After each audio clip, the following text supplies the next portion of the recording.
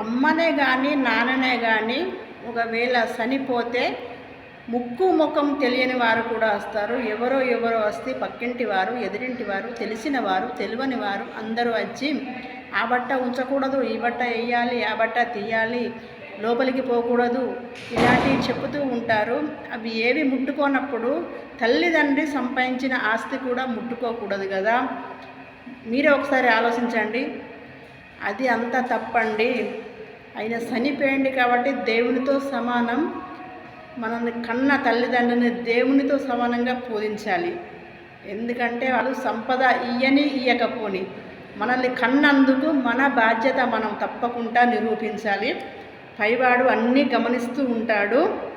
వారు ఏదో మనకు ద్రోహం చేశారు అని మనము వారిని చిన్న చూపు చూడకూడదు. చూడండి, వారు ఏమి సంపాదించలేదు అని వారిని గాలికే వదిలిపెడతామా? మనము తొవ్వంటి పోయే భిక్షగాళ్ళకు కూడా పిలిచి అన్నం పెట్టే మంచి మనసు మనది. మనము అత్తమామ కానీ వాళ్ళు ఏమి సంపాదించకపోయినా పర్వాలేదు, వారికి మాత్రం వాళ్ళు మనకు ద్రోహం చేసినా పర్వాలేదు, కానీ వారికి అన్నం మాత్రం తప్పకుండా అన్నం పెట్టాలి. వాళ్ళను పస్తులా ఉండకుండా చూడాలి. ఆ పూజ మనది. ఎందుకంటే మన బాధ్యత మనం తప్పకుండా నిరూపించాలి. అది మన పిల్లలకు శ్రీరామ రక్ష అవుతుంది. వాళ్ళు తిట్టని, మన్ను పోయని, ఏమన్నా చేయని, ప్రేమ లేనోళ్ళనే ఏదైనా అంటారు. అవన్నీ పట్టించుకోకూడదు. మనం నమ్మేది దేవుణ్ణి, అత్తను కాదు, మామను కాదు. వాళ్ళు ఎంతన్నా తిట్టని, వాళ్ళు ఎంత తిడితే మనందు పాపం లేకపోతే వాళ్ళు ఎంత తిడితే అంత లక్ష్మి మన ఇంట్లో శివతాండం ఇస్తుంది.